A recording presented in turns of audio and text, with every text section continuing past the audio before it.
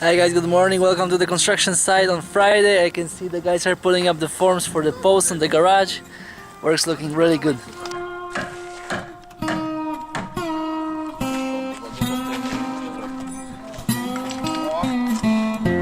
So the guys are doing fine on the framework or the formwork for the garage. Basically they're putting up all the posts. We're going to pour the concrete almost to the top on all the posts.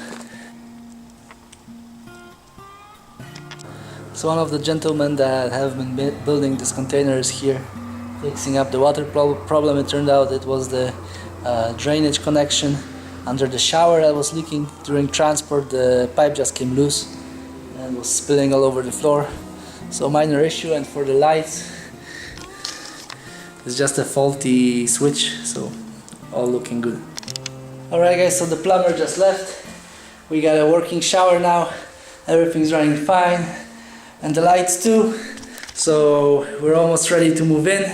I already been to the biggest furniture store in Europe and ordered some furniture, a bunk bed for the kids, a mattress for me and the wife, some a closet and a small table, and we'll be installing that. There's also a fridge in my parents' basement that we're going to put in here, and some cabinets in my basement that I'm going to use for the kitchen, and we'll have to pick up a sink, and that will be it, and we can spend the rest of the summer here.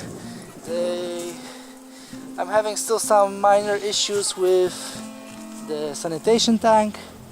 On Wednesday I was fighting it a bit because it got crushed internally by water seeping into a wooden box that I built, so the container was empty but water came out from the ground in between the walls of the wooden container and the plastic, and it was enough that it started to push the walls inwards, so I filled it up with water and it started to fight back. I also dug a little hole on the side to let the water come out. It was deeper than this, it has already collapsed some, but I'll probably end up putting some wooden planks inside the box so it doesn't get crushed as much. I noticed that this suction pipe that we have here for the sanitation truck, it kept the container pretty much in place on that side, so really not much is needed because the forces that are applied by this water that is in the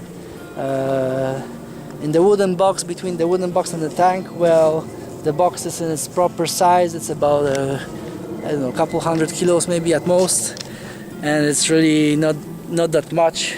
So if the inside is reinforced at least a bit, then it shouldn't get crushed as much. But besides that, if you have high levels of groundwater, just forget it. Get a real sanitation tank, a concrete one, and be done with it. I've put a lot of money into this already, more than I wanted, and now if I would revert back to the original plan of a concrete tank, would be just money wasted. So I'll try to salvage what we got and we'll see what we can do from there.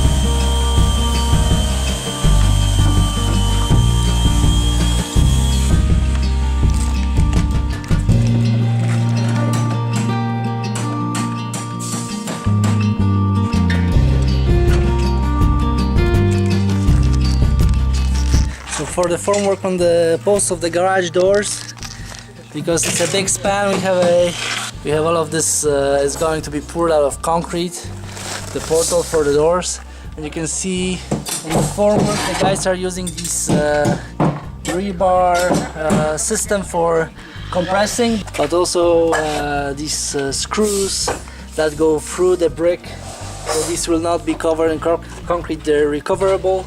These are like a threaded bar that's screwed in on both ends in numerous places, and this goes straight through the brick, so it prevents it from pushing out, and so it keeps the dimension.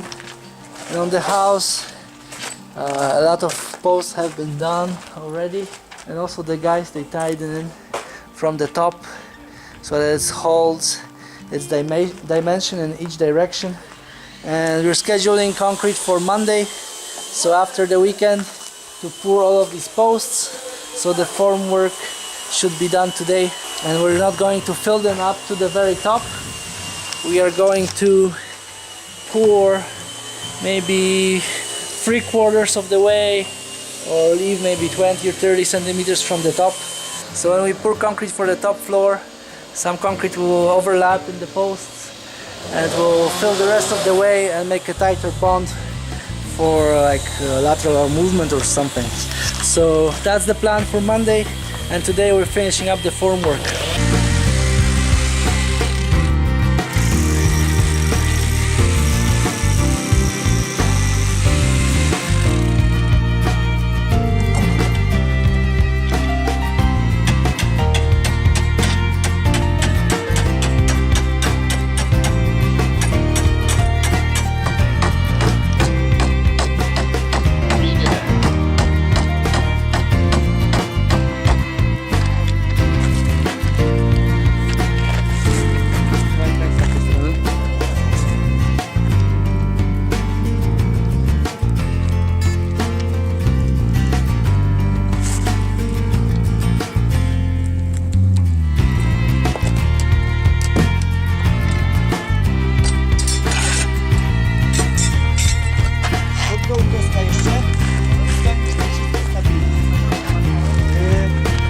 So we have two freestanding posts here on the corner and in the middle of the wall, and these are very critical, so they go upright. So the guys, they use these acro props to support them on each side, and then another time on the bottom with some boards so that they don't have any place to move. And these acro props, they help the concrete with rebar, with some rebar, so there's no chance for them to move. And on the side of the ground, there's a board underneath them, so they have a stable support also. These boards are also tied into these rebar and acro props, and then on the form there's a board on top so that this cannot move up, and that's supported this way. I'm guessing this should be pretty stable. Looks quite nice. These columns that are at the end of the wall, they're secured with these bolts, nuts and bolts, or like a threaded bar into the brick so that they have no chance of going out. And also with boards across where possible, so that's also very secure and nice. So all in all, it's going pretty good. Alright guys, I know this was a short video, but I've been working hard on engineering a solution for my septic tank. It's fabulous what I can come up with, but it probably won't work. But still, I've got these boards screwed together, and they form sort of a cross, so I can put it in. Oh, it's hard to do one-handed. So I can put them into the tank like this through the opening, and then wiggle it around so that it comes this way, right? And it forms like a cross brace from wall to wall, so the walls don't get pushed in. And then I've got that guy that's going to stick vertically and screw everything. It's going to screw everything together and hold everything, and there's going to be like 3 layers of these. I already have one in the tank, and my Makita has a little bit too short bit. Yeah, so that is going to go into the tank in 3 layers. That's step number 1, to prevent the container from squishing. And my second brilliant idea is to buy some bags of concrete, mix it up real quick and put about 150 liters of concrete on the bottom, because if the bottom can't move up due to the pressure of the water, and that's going to weigh 300 kilos, I don't know. How much does a 1 liter of concrete weigh? Probably 2 kilos or something, I don't know. anyways. That's gonna get about 200 kilos of weight on the bottom, so it will be hard for the pressure on the walls or the water from the bottom to lift the plastic bottom and start to twist the container in shape.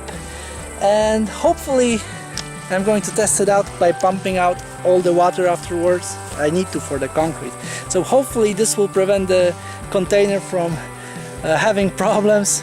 If not, I don't know, we'll have to live with what we have. So yeah, that's been taking a lot of my day today, coming up with solutions for this problem. And also the container got fixed, so it's really cool. Tomorrow some furniture is going to come, and I'm going to bring a fridge together with my father. We're going to rent a trailer and get that fridge out of his basement into the container, so we can start living here somehow, maybe. We'll see what the wife says, if she likes it or not. In general, a pretty good day, and yeah, that's about it. Thanks for watching today's episode. I really enjoy you being here, and I'll talk to you soon. Bye.